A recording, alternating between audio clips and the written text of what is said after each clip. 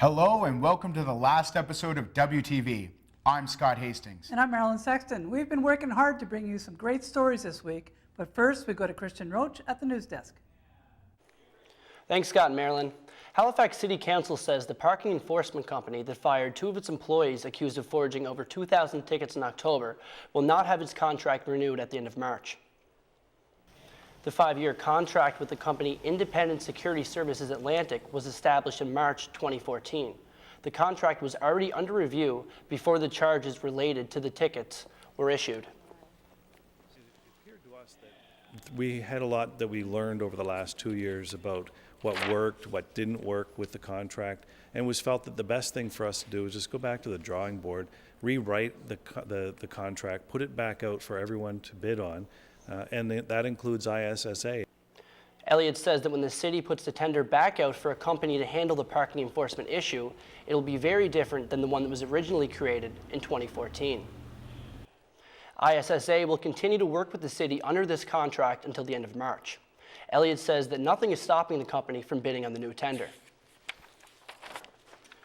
Dartmouth residents recently got a taste of what local restaurants and food vendors are serving up at a reduced cost. The Downtown Dartmouth Food Crawl was organized by businesses in the area. The event brought together 18 different restaurants and over 1,000 interested customers. All of the businesses involved had more affordable menu options. The owner of Stagger's Bar, Debbie Finney, says this is a great way to attract new customers. People are iffy to try new places if they have to go in and purchase full items. They may not be happy with price points or with the item itself. So if you do these things, people get to go in quickly for a very minimal amount of money. This is the second time that the event has taken place. Finney says that the crowds were larger this time around, and she hopes interest will grow. Due to the success of both of the food crawls, planning has already started for the 3rd in May. And some residents in North Preston are concerned about the future of their community. They say there are problems that have to be addressed in order for North Preston to thrive. Kristen Brown tells us about a new project that aims to tackle those issues. Kristen? That's right, Christian. The project is called the Community Leadership Project, and it's giving North Preston residents a chance to highlight changes that are needed to secure the future of their community. We really want to kind of shift the historical damages that have been done to our community. That community is North Preston, Nova Scotia. The Leadership Project aims to get residents to discuss changes that are needed in the community. When that information gathering stage is complete, a document will be presented to other communities and government in hopes for a change in current policies. Tracy Thomas is the manager of race relations for the province. Well, the Preston community historically has been marginalized, and we thought it would be great to start at one of the oldest African Nova Scotian communities to see what issues they have. Thomas says one of the biggest issues highlighted so far is the lack of access children have to educational resources when it comes to the history of their community. We're working with the community really intensely to bring together intergenerational leaders to learn about the history of what happened here and kind of and how does that relate to the future. Lamia Reddick is a Preston resident and a consultant for the project. She says not preserving Preston's history is damaging to the future of the community's young people. African Nova Scotian and Indigenous youth go through school and we never hear stories about us. We never see our histories reflected in the textbooks and stuff. And so that, I think, it does damage to our soul. It does damage to our psyche to kind of go through school and not be recognized for the contributions. The project is a collaboration between the Nova Scotia Human Rights Commission, Reddick's company Lamia Connects, and the social innovation group New Leaf. It's being funded by the province. Community member Wayne Adams says what's needed in Preston's education plan is simple. A profound knowledge of our history as a people, a profound knowledge of where we've been, what we stand for, where we plan to go.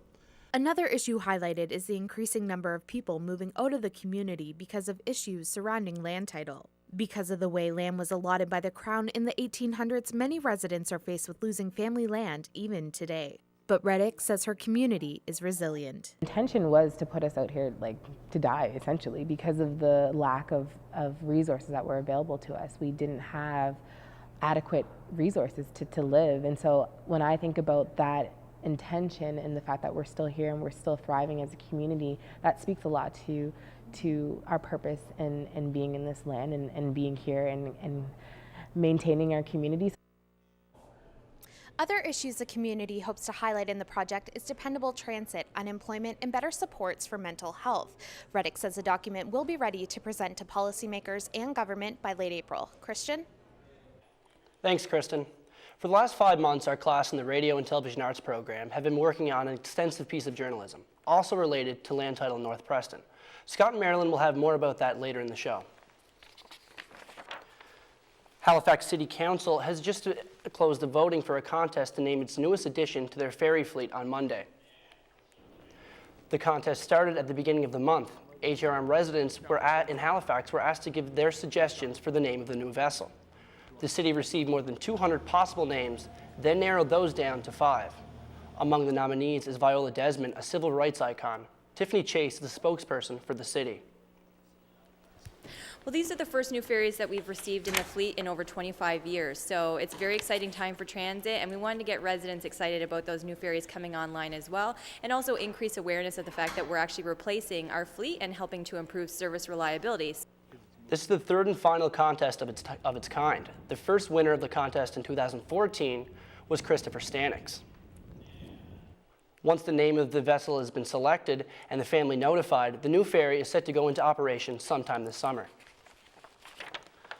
This Monday was Heritage Day, and some families took advantage of the holiday to meet some of their heroes. More than 1,000 people packed the Amera Oval for the Superhero and Princesses Day. The event started last year as Frozen Day. Little girls dressed up as Elsa from the popular movie. Rhonda Day is a coordinator for the HRM. So we started that last year, but we noticed there was also a lot of little boys there as well, looking and asking for superheroes. So this year we decided to add superheroes into the mix as well. Kids got the chance to take pictures with their favorite characters. Day says the event is a great family activity. And Day says Superhero and Princesses Day will now be an annual event at the Oval. That's the news. Back to you, Scott and Marilyn. Thanks, Christian. That food crawl ever looked tasty. Did it ever? I understand you've got a story about what advocates for sexual assault victims want people to know in light of the Jian Ghomeshi trial. That's right. We also have a story about a new place to take rolls of film for developing. Time for a quick break, but first Andreas Porras tells us what's new this week on our Waterfront TV website. Hi, I'm Andreas Porras. Nova Scotia has put in a bid to host Junior Nationals for Goalball in 2017. You can find the full story at waterfronttv.org.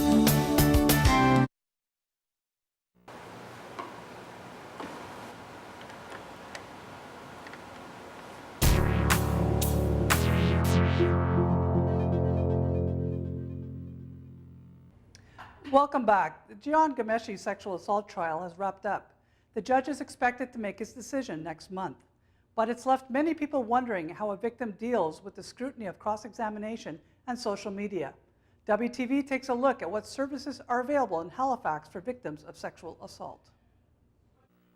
Jian Ghomeshi was CBC's superstar radio host. Last week, he was in a Toronto court to face 3 charges of sexual assault.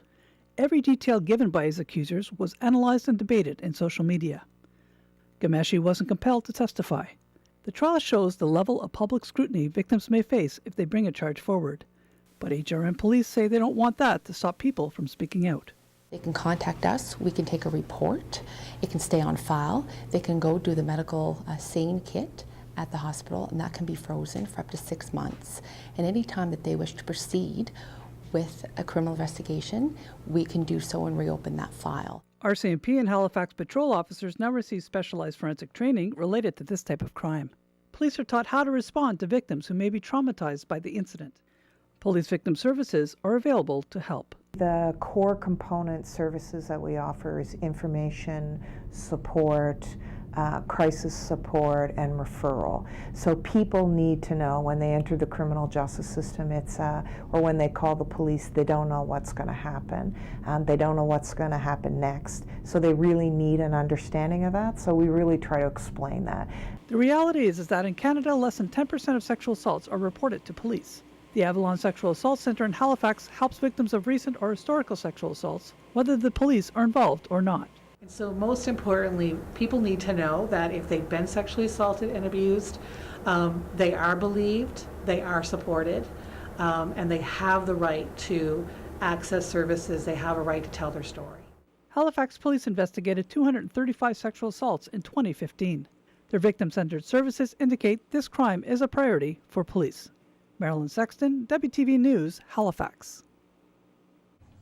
Good to know so much help is available to victims of this crime. Yes, I really learned a lot from that story. Now it's time for the segment we call Break It Down.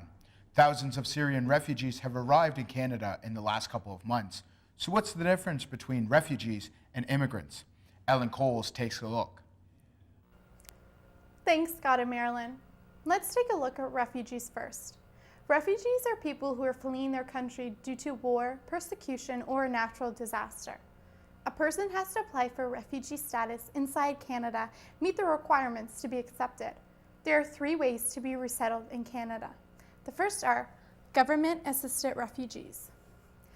They are referred to the government by a United Nations agency and have their first year of settlement entirely paid by Canada. For example, the Welcome Refugees program that is currently going on, where Canada has promised to resettle 25,000 refugees. The second option is privately sponsored refugees. These are groups or families who refer a refugee to the government and financially provide for them for 1 year. For example, the St. Benedict's Parish in Halifax, they raised enough money to bring a Syrian refugee family here in December. The third way is a blended visa office referred. A United Nations agency will match a refugee with a private sponsor. The government will pay for the refugee's settlement for 6 months, and then the sponsor will pay for another 6 months. Now, when it comes to immigrants, there are people who have been granted the legal right to permanently live in Canada. They can come from all over the world, from countries like Australia or China. They don't need to be escaping war or disaster.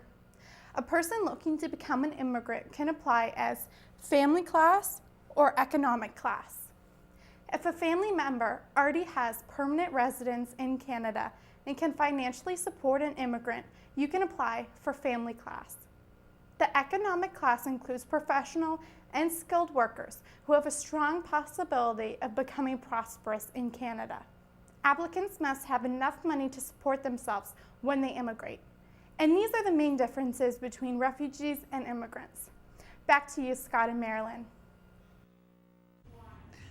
Thanks, Ellen. While most of us would happily snap photos with our smartphones, a man in Halifax prefers doing things the old-fashioned way. Ed Halverson has more. Ed? Thanks, Marilyn. Alan Crooks is a local photographer whose works have been exhibited both here and in New York. He shoots using a large format film camera, but due to a lack of darkroom space, processes the film in his own home. I caught up with him there to discuss his plans. Alan Crooks has deep roots in the photographic arts community in Halifax, but for him, something is missing.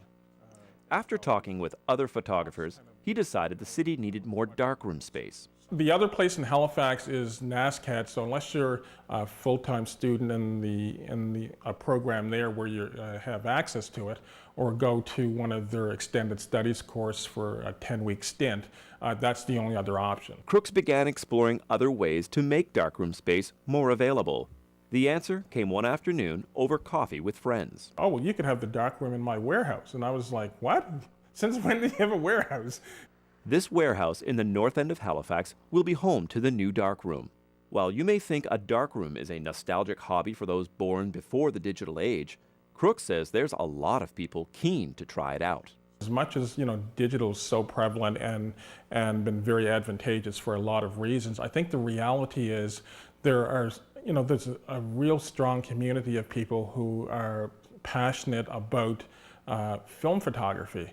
That's not going away. That's actually getting stronger. David Campbell is a photography instructor at NSCC.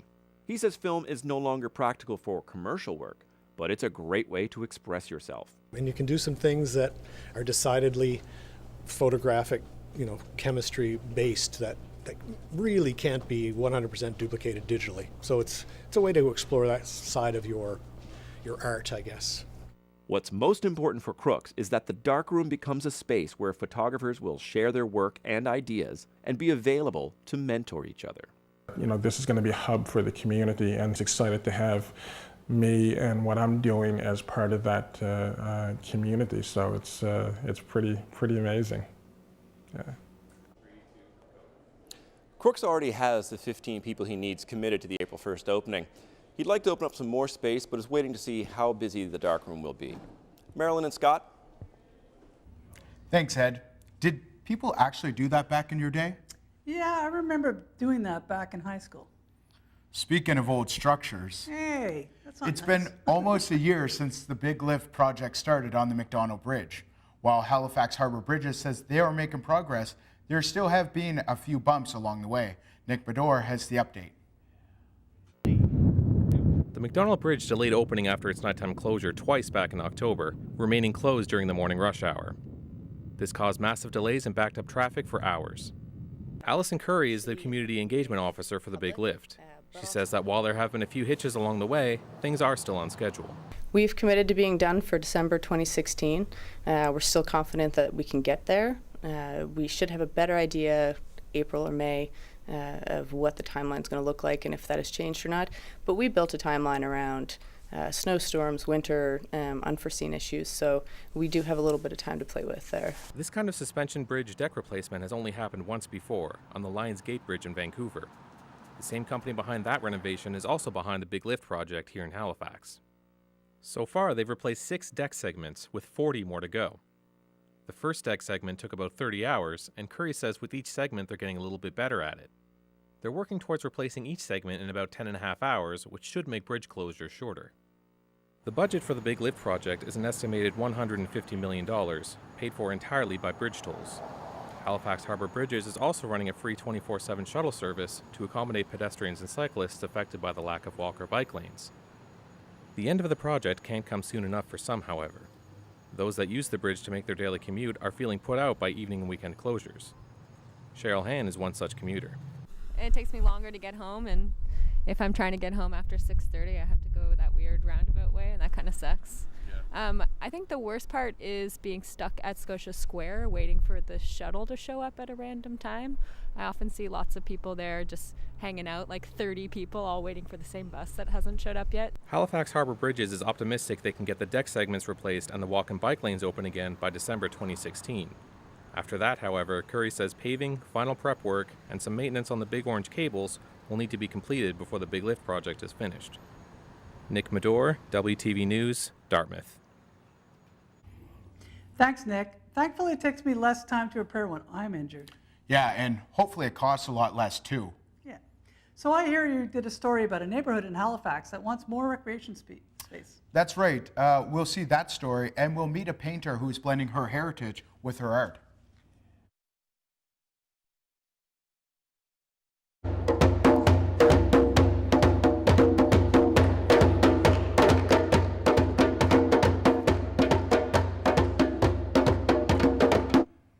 Welcome back. Thanks to the drummers who came out to our campus this week to celebrate Black Heritage Month. City Council is looking at a motion to make more room for sports to be played on the Halifax Peninsula. I spoke with residents who are pushing for this. This is Lamerchant St. Thomas Elementary School. It's set to be demolished in June to make way for a new school that's supposed to be finished by 2018. But some people say the school's gym is going to be too small for the surrounding community. David Jakeman is the chair of the School Advisory Council. They have to go off the peninsula to practice, and that tells me that there aren't enough gym facilities on the peninsula for the population that's here. Right now, Citadel Rec is the only large-scale gym in the South End area. In the motion from Council, groups such as Metro Hurricanes Basketball and Halifax City Soccer Club, who has 850 winter participants, are actively looking for additional venues. The current plan calls for a 5,000 square foot gym, but Jakeman wants to see that increased and possibly doubled. He says with the current proposed size, there simply isn't enough room to play a full-scale game and have an audience. They are all relatively small and they are all booked solid. Or if they're not booked solid, they're not booked because they're not big enough. City Councillor Way Mason tabled the motion on January 26th, with a vote set for Tuesday.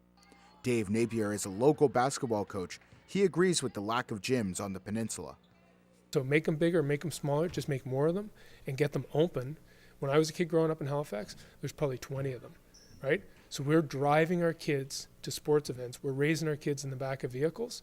The province covers the cost of a standard 5,000 square foot gym. Any additional space would have to be covered by HRM Recreation. If we decide to make that gym at that space bigger, it's another $500,000. But a bigger gym would be a much better benefit for the community. So hopefully HRM will invest money in that facility. Scott Hastings, WTV News, Halifax. We actually have an update on that story. On Tuesday night, City Council voted to fund the expansion of the size of the gym. Now our friends in first year have the events that you need to check out.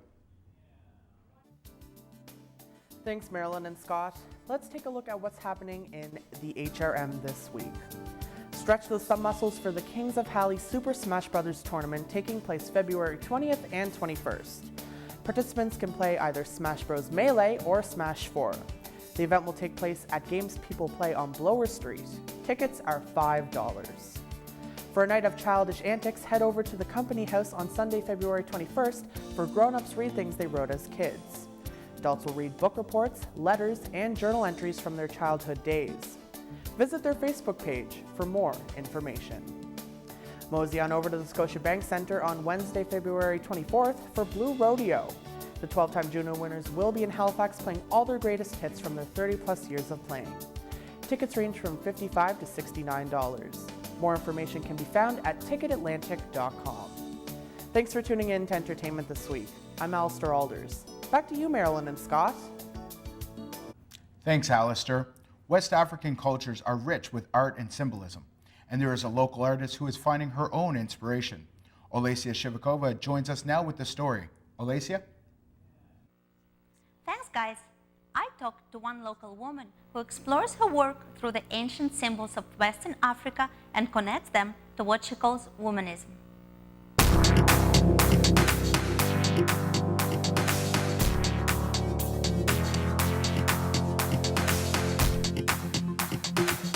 Feminist is to womanist as lavender is to purple. Wendy Poitras is an educator and African Nova Scotian artist. Her art celebrates the sacred feminine, motherhood, and sisterhood. She calls herself a womanist. In the Black community, we can't afford to leave our men behind. We can't afford to leave our brothers behind and our sons behind. We're all in this together. It's all about, promoting women, but it's also about community and promoting and growing our men as well. Poitras was raised in Uniacke Square, deeply rooted into African Nova Scotian culture. The dream of becoming an educator was born out of her childhood experiences of being constantly discouraged in school. An old newspaper with a teenage Poitras on the front page says, "They say they'll make it anyway." Her master's in Afrocentric leadership, art, her childhood memories help Poitras in finding better ways to teach her grade 3 students. I am a visual learner and I am a kinesthetic learner. I learn by doing, I learn by seeing. About 85% of the students at Joseph Howe School were African Nova Scotian. So a lot of them learned the same way that I learned, so I taught them the way that they learn. With her art, Poitras wants to show the beauty of African Canadian culture, its strong ancestral connection, and symbolism that links ancient symbols of Ghana to her everyday life. It's all symbolic art, and that's kind of how I relate to the ancient Adinkra symbols out of Ghana, West Africa. I relate to them because all of those images are symbolic as well. They stand for things. Poitras' art will be on display at the Company House later this month as a part of a tribute to civil rights icon Viola Desmond. For WTV, I am Olesia Shivikova.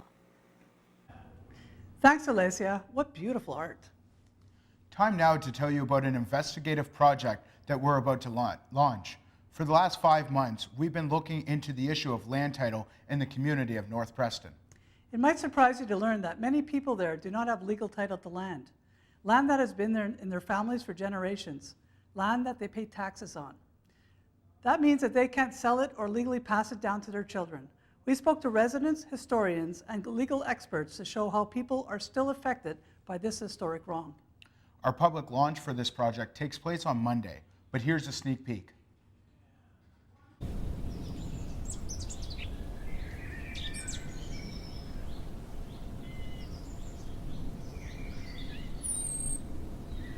My grandparents, my great-grandfather, my grandfather, my father, and myself, and then my daughters. It means a lot to me. That land means a lot to me.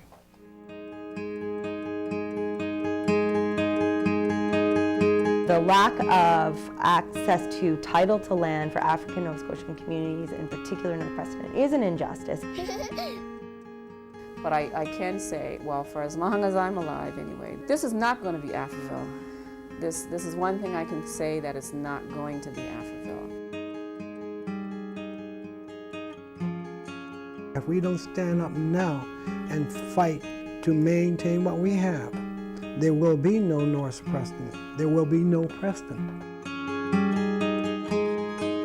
Being a young parent, to know where I grew up, the place where I lived my whole life, there's a possibility that it may not be there in the next 50 years for my kids to be able to understand that. Like, that's a scary thought.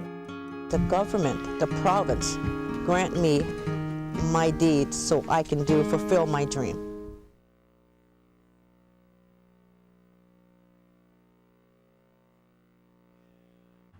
If you want to see more, come to our launch. It's Monday, February 22nd at noon here at NSCC's Waterfront Campus Theater.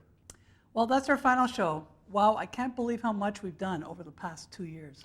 It really has been a whirlwind experience, and I want to thank you all for tuning in. Next year, we have an all-new crew with all new stories. That's right, Scott. And let's end this year with a look at some of the antics when the instructors weren't around. Okay, roll the video and goodbye.